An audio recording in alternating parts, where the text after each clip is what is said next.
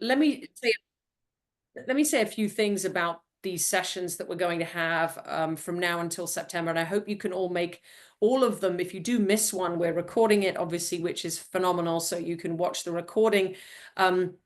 And you know, during this time, I told Linda, I'm available to all of you. If you want to connect with me on LinkedIn, please do so. And if you want to send me a message over LinkedIn, or I'll put my email in the chat as well. You know, if there's anything that maybe you don't want to talk about it in a group setting with people here, and you want it to be a bit more anonymized, then you know, I'm really happy to help you all on thinking through your journey. A part of what we're going to be doing is I'm going to actually be walking you through a plan over the course of the next few months. And the plan is something that I've developed over the last 8 years, not just my own, but actually having drawn on a lot of other board readiness plans that I've worked on with different companies. I'm also going to be breaking down myths. Okay, there's a lot of myths out there. There's a lot of bad advice out there. And I'm sure we've all heard some of it. And so I will be taking you through, if I think of anything or something pops up, I'll definitely share it with you all.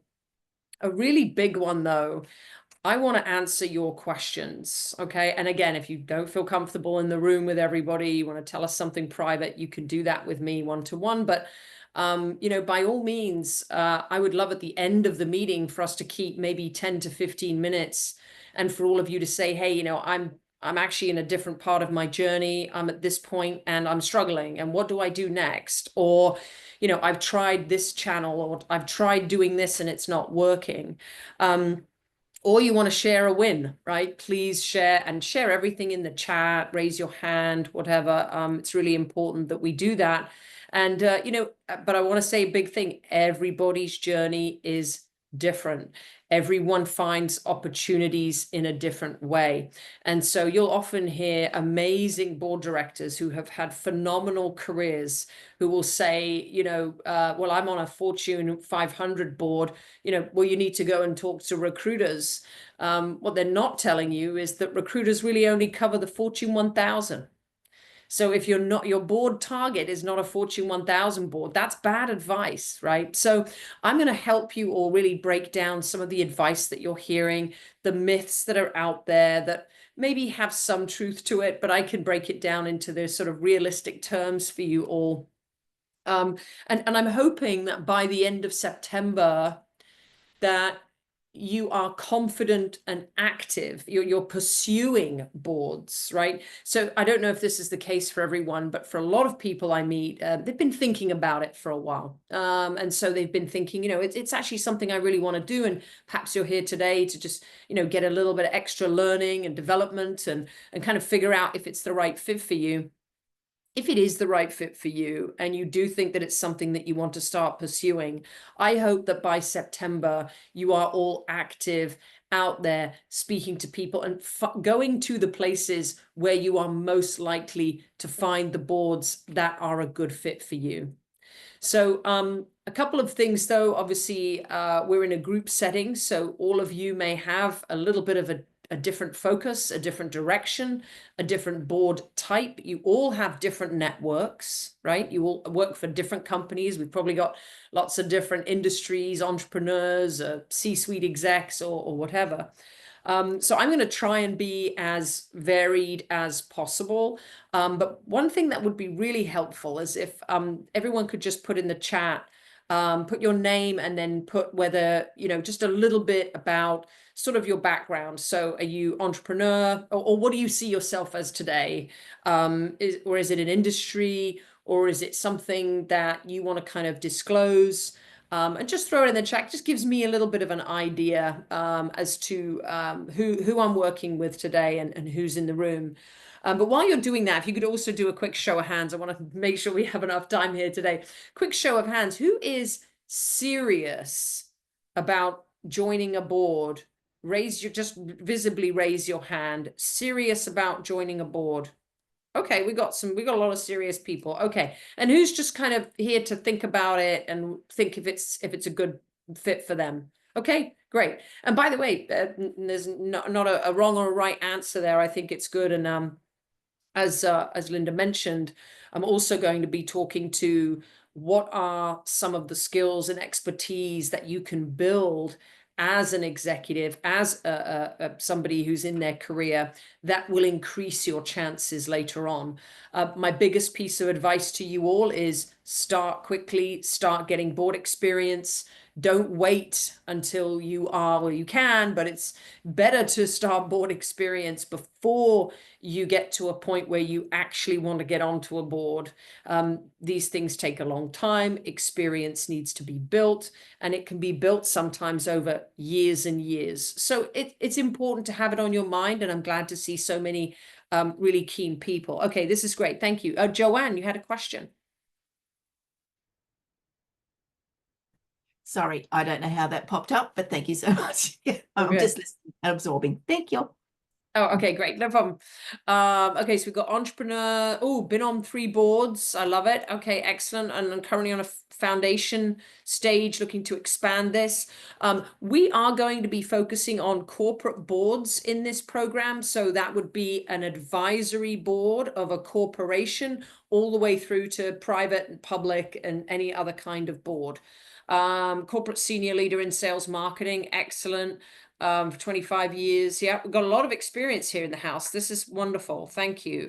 Corporate, financial services, and now entrepreneurs. Excellent. I love it. Okay, wonderful. Business strategy. You know, there are a few things, and you'll hear this as well, and there's some truth to it, and then there's obviously some caveats, right? Boards look for, people who are strategic, people who have managed a P&L, or they have familiarity with, finances and managing a business or managing a division of a business. Doesn't have to be a whole business, but the bigger and the more whole, the better.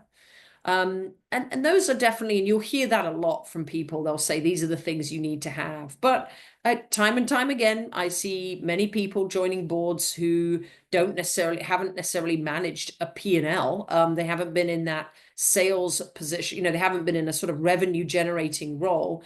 And so it's not always the case. So really important just to sort of caveat that one as well. Entrepreneurs, as Linda mentioned, I mean, I was talking to a PE firm recently, and one of the PE operating partners said, and this is good news for you all, he said, I feel like PE firms in general are looking to put more independent people on their boards. So as you probably all know, a PE firm will, let's say they have majority stake in the business, or they own the whole business. They'll probably put all of their PE guys on the board, and they usually have one independent person. He said, we want to bring on more. We actually want to take some of the load off our guys because we're on too many boards, the PE guys.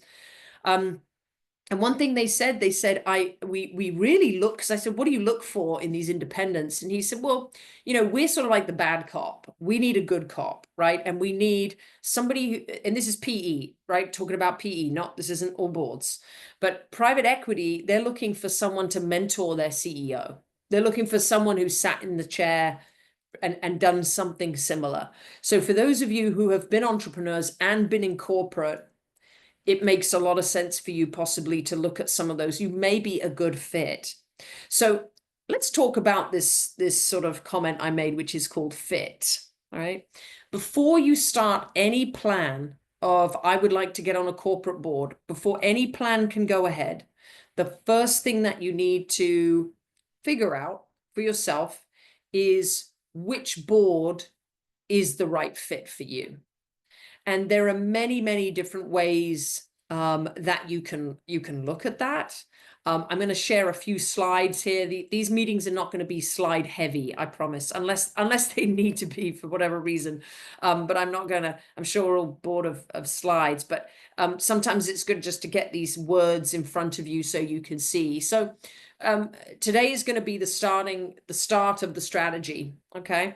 Now, all of you, if you've got a pen and paper there, I would recommend just writing a couple of things down.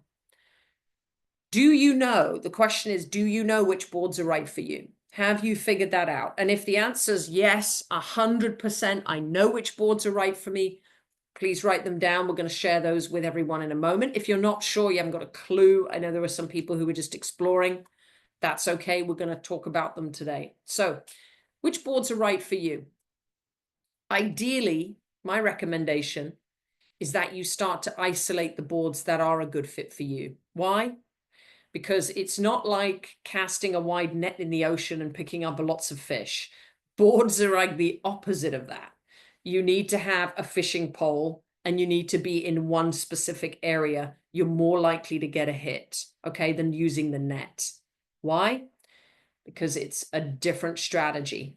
You would have a different pitch. You might bring different things to a family-owned business board versus a PE board versus a publicly traded board. You're going to speak to different people. You're going to have a different bio. Your LinkedIn might look a little different. Okay. Everything is different depending on where you're going. So focusing in on where your real target should be is really ideal for you all. And by the way, somebody asked me this the other day. They said, what about my network? Does my network factor into it? Absolutely. So let's say you might not think you're right for a PE board, but because you worked at a certain company, you have hundreds of relationships with PE operating partners. Well, there's no harm in speaking to them, right? You got to have a good pitch, though. What are you going to bring to these boards, right? So it's like a balance. It's a balance of who do you know and what do you know, and trying to kind of combine those two together. And don't worry if you're still thinking, I still don't know, I haven't worked this out yet. It's okay. We're going through it. The next thing I want you to do, so write this down, is once you have figured out the boards that are right for you, you're going to research the roles and responsibilities of those boards. And this is maybe, I'm verging on the homework here as well for you all by next month, okay? So, example, I just said the PE firm, they like it when the independent director is more of a mentor to the CEO. They've been there, they've sat in the seat. Family-owned business, they definitely like independent directors who have been at family-owned businesses. Publicly traded company, it's heavy on governance, right? You have to know the rules, you have to understand the space. You need to know, you need to have, most of the time, you need to have worked in a very senior level at a public company. Oh, as I think of myths, I will tell them to you, by the way. Just thought of one. I feel like a lot of people think that boards are some sort of like you graduate into different boards and bigger boards. It's not actually like that. So you don't start with private and go to public, although sometimes you do. But if you're not a fit for a publicly traded company, that's okay. That's not in your plan. It doesn't have to be. It's not the the be all and end all to be on a publicly traded company board. So if your profile is not a fit, that's okay. Go somewhere else. Go find where your fit is. Now, certain boards need specific experience. I just mentioned that. And then write this down as well. Once you've figured this out in your homework, or even today, now, what is my value to these boards? Once you've figured out what the roles and responsibilities are, you need to kind of figure out, what am I going to bring to these boards? So if they want people to do CEO succession and they want people to do, I don't know, executive compensation, and I'm in human capital and I've done comp plans, that's my fit. That's where I am. That's where I go, right? You're not going to be everything to everyone, but you need to have your subject matter expertise listed out. So list out the things that you do for these boards.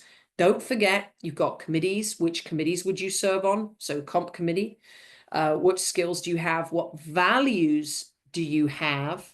What experience do you have? All these things start to become very important, right? As you're starting to think it through. So this is essentially what we want to start thinking about. So let's now start looking at the boards themselves. And by the way, we're going to go through this, and then I want a few of you, if you're open to it, to jump in once we've gone through these boards. I'd like to hear from people who have figured out or are still maybe thinking about certain types of boards.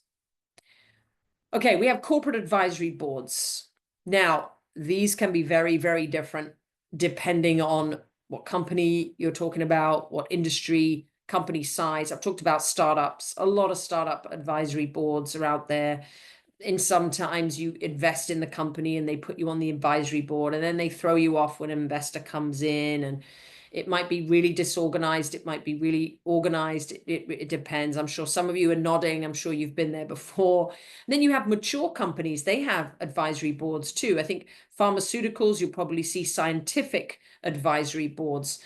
Sometimes in food companies, they have nutrition advisory boards and all sorts of things that they kind of sit around the business and advise the CEO on the latest and greatest. So, it can be a lot of PhDs and people with a lot of experience that sit on those boards. You may fit that profile. They are all paid, by the way, or they should be. Privately owned. Let's talk about these for just a second.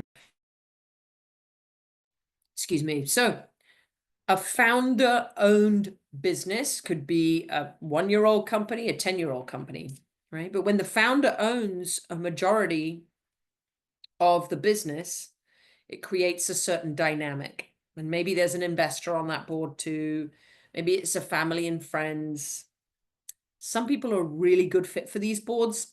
Some people are like, nope, that's definitely not for me. Family owned. If you have worked for a family-owned business, I'd like you to, and at a senior level, right? Maybe just a junior person at a family-owned business. I'm not sure that is always aligned. But if you've worked in a senior position at a family-owned business, or you have run your own family-owned business, I'd like you to write that down. If you've worked for PE, or you have been in a company that was PE owned and you're in a senior level position, that could be a good fit for you.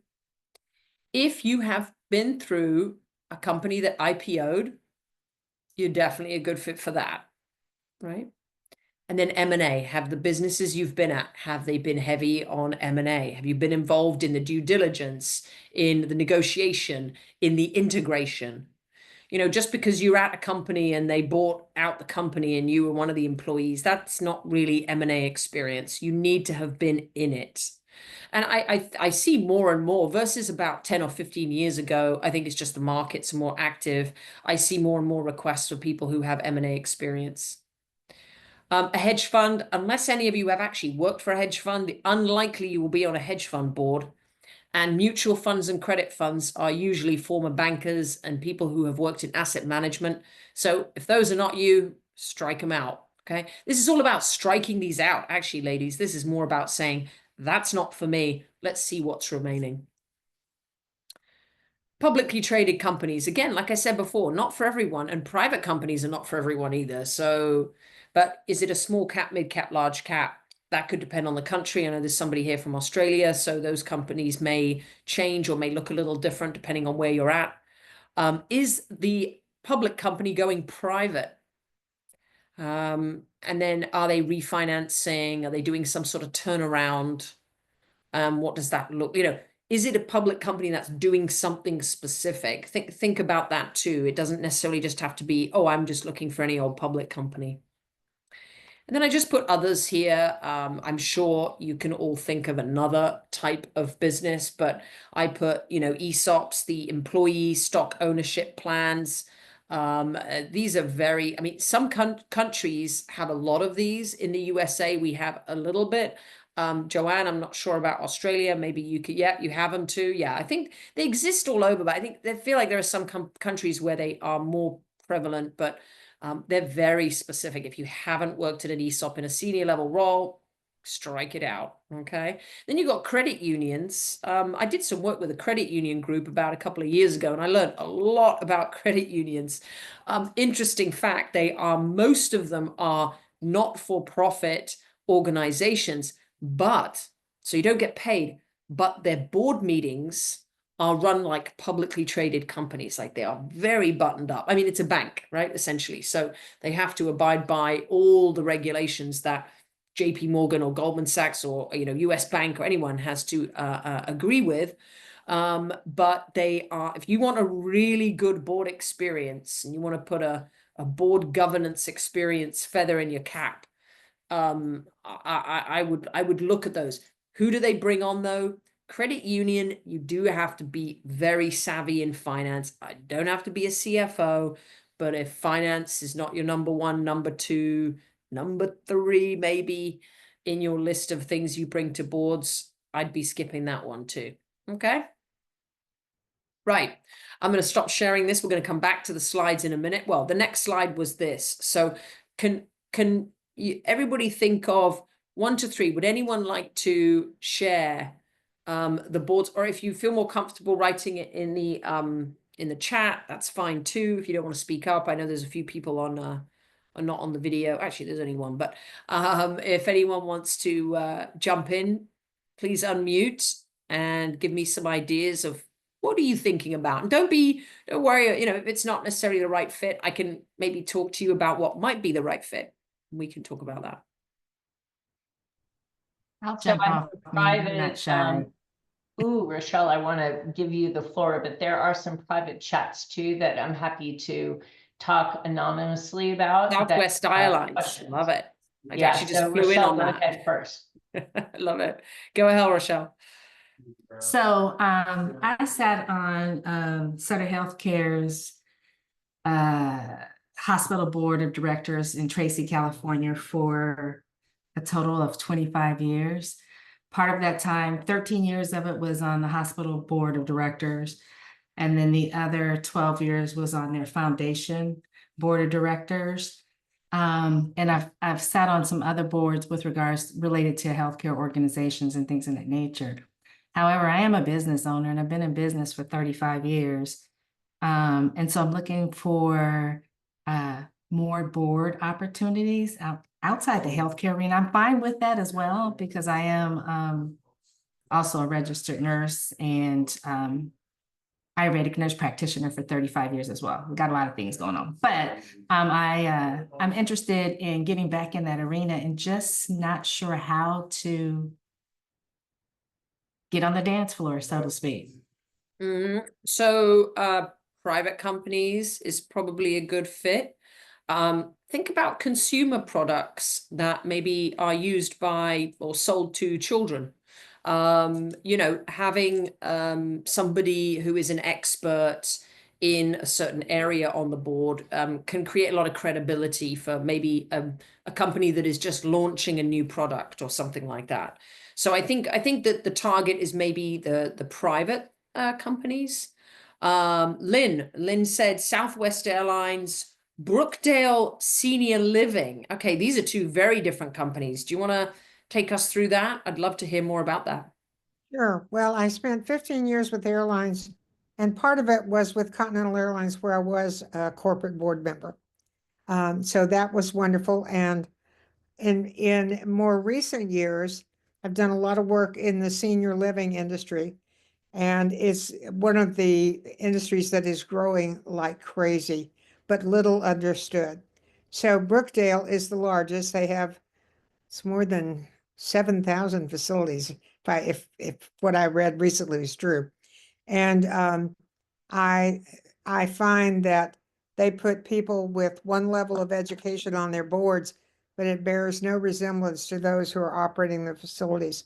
So that is an area, merging those is something that's very interesting to me, and I've done it. And so for me, and Argentum is the one to watch for that, because they do put the top senior living communities out every year, and also good introductions through them. So that's a huge growth industry. And I am a senior, so that is very interesting to me in particular. So. Excellent, thank you. So, well, Southwest is it public? Is it public Southwest or? It's public, but they just lost out. They had a debacle about 2 years ago, and it took 2 years for that to come to the surface. But they had a stockholder who really forced a change. So almost their entire board changed, including the chairman, who'd been the chairman for years, but probably whose decision making is what caused the debacle 2 years ago. So they're in a very interesting position. They're losing, they've changed what made them special. And as one of my friends said, they're now just like every other airline. And you couldn't get people out of Southwest with dynamite, and now they're all leaving. So it's got a lot of interesting dilemmas. So makes me salivate. So which board did you say you were on? Was it the you said the United board? No, which one was it? Continental, they're united now.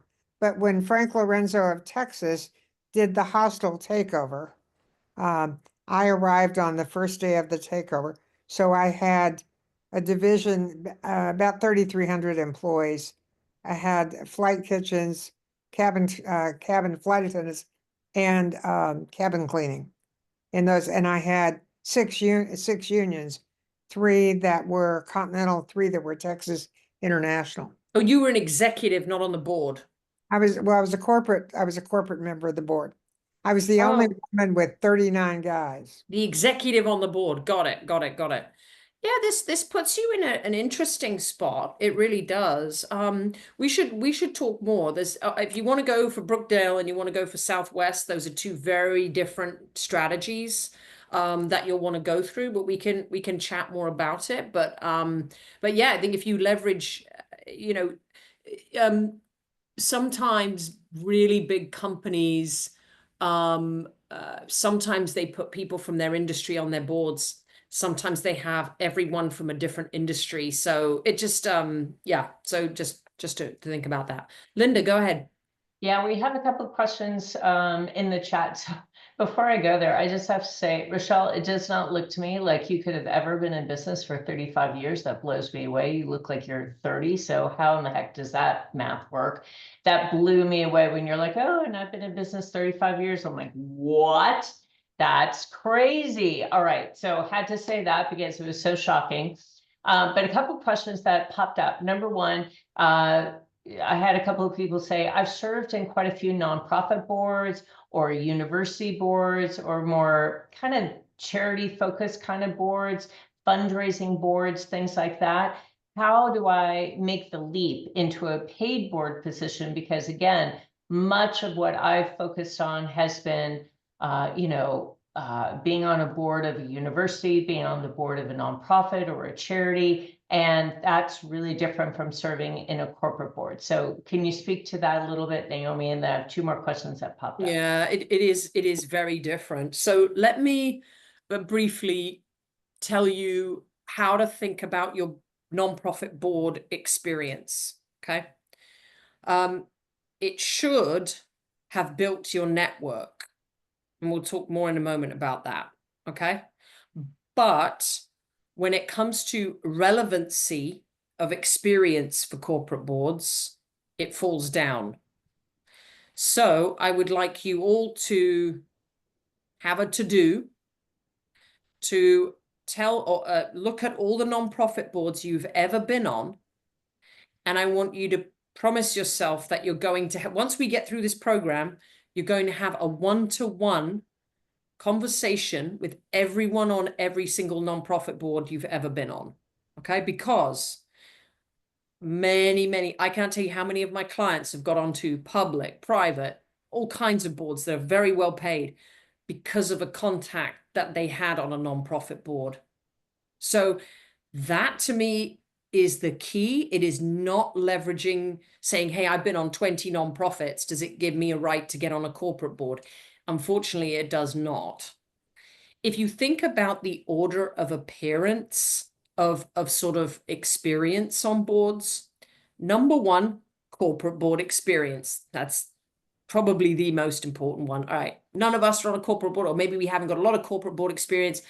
What's underneath that? Underneath that is presenting to corporate boards as an executive. So like Lynn mentioned, and sorry, you're right next to me on mine, but maybe you're not, maybe you're down there. But Lynn said, oh no, I was an executive on the board. I was making keyboard decisions. I sat with the CEO and made those decisions, and we had strategic meetings, and I know all about how to be on a board of a corporation. That's very interesting for people to know. And then advisory boards or any kind of corporate kind of advisory role that you've had, if you advised on strategy or something specific. And then finally, nonprofit. And I want to break down the nonprofit, because fundraising doesn't really mean much, but if you have great relationships as a result of doing a lot of fundraising, that could be interesting.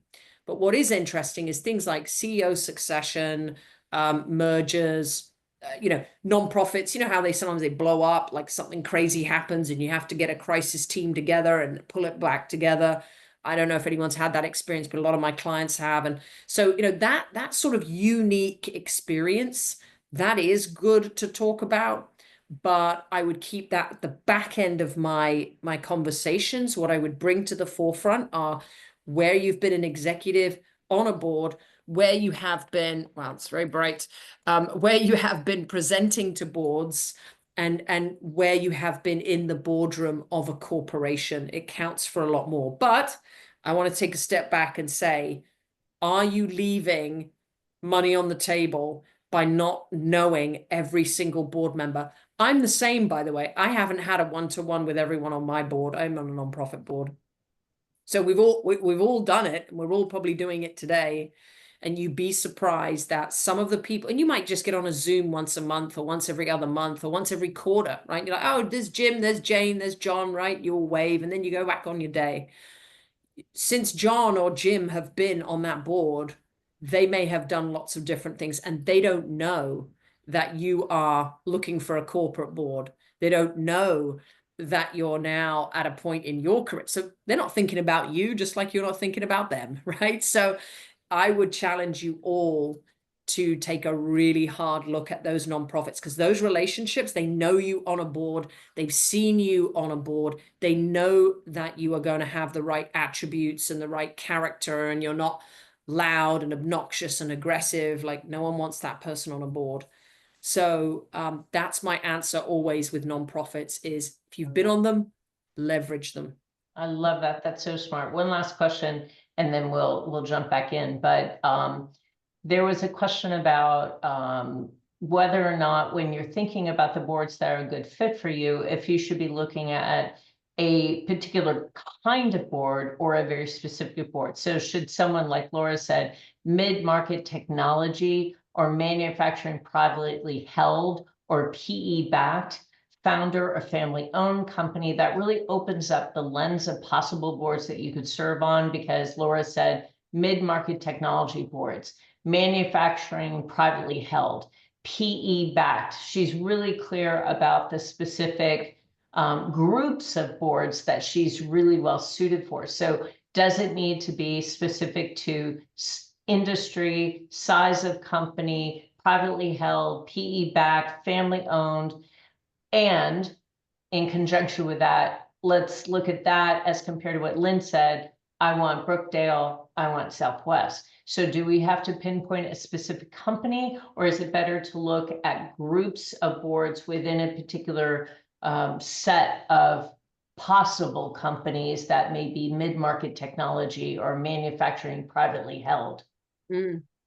Well, actually, part of what we'll be doing in our program here is figuring out first what is the bigger, what is the group. So the PE, the industry, the size. I love that, by the way, and I'll tell you why I love it in a moment.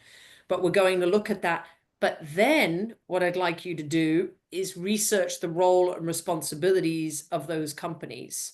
Okay. And that's when you need to go a little bit deeper and say, okay, let me find a company and let me look at that. If any of you have used Perplexity, it's an AI platform. We've got lots of nods. Excellent. What I'd like you to do, and just write this down. We don't need to do it now, but after this meeting, say, I am seeking corporate boards in the PE-backed, privately held, or family-owned. By the way, PE and family can sometimes overlap, as we all know, right? So sometimes those two go together. They're a good fit.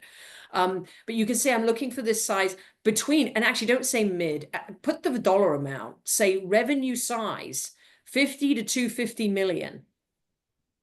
Can you give me 2 or 3 names of companies that fit this profile that I can go and research? And then when they give you those companies, say, okay, and then grab one of them and say, what are the role and responsibilities of these board members, and see what comes back. If it comes back with a load of nonsense, then let me know, but it should come back with some good things. There's lots of resources, lots of research, and actually company websites have most of the time they have it written. They say, you know, this is our bylaws, or these are our governance regulations, or these are the, you know, this is what this company does, and this is what the board does. And sometimes, and I would strongly recommend either going to LinkedIn or the website and looking at the backgrounds of the people on those boards. Is it you? Okay, does it look like you? Or is it a couple of years away? Or is it 10 years away? Or is it nothing like you? I'll tell a very quick story. I had somebody who approached me, I think it was about 6 months ago, and they said, hey, I would really like to be on the Nike board. I said, oh, that's interesting. Let's see your background. It was all startups and venture capital. And I said, you know, well, let's look at the Nike board. Tim Cook from Apple is on the Nike board. This is just, you know, these are, I don't know if anyone else has been the CEO of a Fortune 100 company in the room here, but for most of us normal people out there, you know, the Nike board's just not, it's not achievable. You're going to be going round and round in circles. That is rarefied air. Yeah, you're going to be chasing a dream that isn't necessarily the fit. And you know what? There's plenty of companies outside of Nike. So I did say to her, I said, hey, let's figure out what we can do in the meantime to get you onto boards that may feel like a Nike. They might be in the consumer products space. But anyway, my whole point is that if you look at the backgrounds of the people on the board, and they have nothing, like they're all finance people, like, I mean, from the capital raising people, right? They're from Bain Capital and all those kinds of firms, or I don't know, VC firms. They only have VCs on the board. You strike it out. Well, save yourself time, money, resource, energy, and disappointment, right? Because the Nike board might not be for you, but there is a board out there that is for you. And if you spend your energy and time going after those ones, you'll get there faster. So I'm a big believer of being specific, but looking at the people of those boards and being honest with yourself and saying, is this something that I could work toward? Right. So you got to do a little bit of both. And then for the other question, God, I should have written this down. There was something that I said a minute ago. Anyway, I'll come back to it. But I really do think it's important to get specific, because what we'll be going through this summer is the phases of this approach. And the next phase is all around figuring out what do you offer these boards? What's your not an elevator pitch as such, but what is your value prop, right? And then a little bit further down the road, we're going to be looking at our networks. So if Lynn wants to get on the board of, an airline, you need to have there need to be some relationships around those firms. Who works with Southwest? It's all the search firms I mentioned before. They're the Fortune 1000. They're working with those bigger boards. But if you're looking for that PE-backed board, don't waste your time with Spencer Stewart and Egon Zehnder. Go to the PE operating partners. Find them. Who do you know? Who do we all know, right? Who can we introduce each other to? And that's part of the group here as well. So it really does help you get focused and not waste time, money, energy, and resource on this. So. Perfect. Any other questions, anyone? Does anyone else want to call out the boards that they think they might be a good fit for? Or are some people still not sure? It's okay if you're not sure. Yep, go ahead, Veronique. Hey, hi. Hi. 35 years of experience. Are you going to say the same, Linda? Yeah, just match that number. Recently, yeah. So I'm at the point where I really I'm totally this is just the beginning of the thinking here, but just to give you an idea of my background. So started really my background is in value creation as a strategist. I had the opportunity to be in Europe and in the US in charge of major brand marketing transformations, like some of the biggest companies in the world. Then transitioned into, I won't always say the opposite, entrepreneurial innovations, working with innovators. Where I am right now is at a point where I develop an innovation. So in the tech world, but from a vision, and starting to create let's call it a coaching program, but really mentoring women who are high achievers wanting to start a very successful, very meaningful act two. This is where I am. So intuitively, I feel like I'm more attracted to innovators, startups maybe, but I didn't hear a lot of good things there. So maybe founder owned businesses, right? Maybe founder owned. Don't forget, you also want to find your yin and yang, right? If the CEO is an innovator and a creator, that might not be a good fit for you. You might be really good fit for a more technical CEO, right? Who doesn't have the creativity and requires a little bit of like that balance. So yeah, and the fact that you're mentoring executives, I would definitely use that. You could be on an innovation advisory board. I've seen those. I've seen innovation advisory boards. They're not always corporate board roles, but they can be advisory board roles. yeah, So if I were you, I'd write down advisory boards. okay. And I would also write down possibly founder-owned businesses. Thank you. You're welcome. Patricia. Thank you. I've been in business for 43 years and I'm turning 70 on Thursday. So I'm happy to be here. Congratulations. Thank you. I have sat on boards that I think I'm not talking about what you're talking about. You're talking about something way better, where I would be on their board and then I would end up rebranding them for nothing. But I would, be on the board and have lots of his visual, like whatever it's called. And so in Canada, if we're on a board and the company goes under, we're responsible. Is it like that in other countries or just in Canada? I mean, you need to have directors and officers insurance. It's called D&O insurance. Okay. And so you cannot get sued. But if you have made a decision on purpose that damages the company, then yes, you will be sued. But if you can prove that you did not, then you won't. Does that make sense? So yes. does everyone remember the WorldCom thing? It was like the 1997 or 1999 WorldCom collapsed. Basically, quick summary, it was a huge telecommunications business. They started acquiring companies, and everyone they acquired, the CEO went and sat on the board. So these were people from privately held companies that were now sitting on a public company board. So it's like full of sort of random people with no real strategy around who it was. CEO and CFO were hugely fraudulent and were creating companies and creating money and making it look like they were making money. And of course, going to the board and going, oh, here are our numbers. And the board just went, oh, yeah, okay, good, yeah, whatever. They were just incompetent, but they were not trying to damage the company. So the CEO and the CFO went to jail. I think one of them committed suicide on his way in.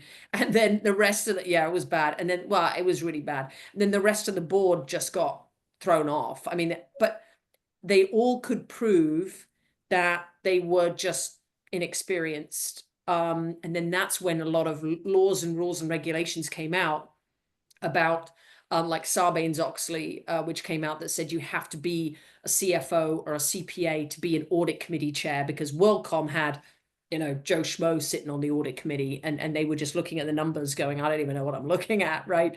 So, so I think in that case, they were not sued. The CEO and CFO were and went to jail. So that's the difference between why you would need, well, you need D&O insurance. By the way, if your nonprofit boards don't have D&O insurance, you need to get it. Every board should have it, every fiduciary board. Advisory boards don't need it. That's not the kind of role, you're not a fiduciary role, okay? But for every other role, you need it. So yes, you do need D&O, but the chances of you getting personally sued, as long as you haven't made a mistake on purpose, are very slim. I don't know if that helps.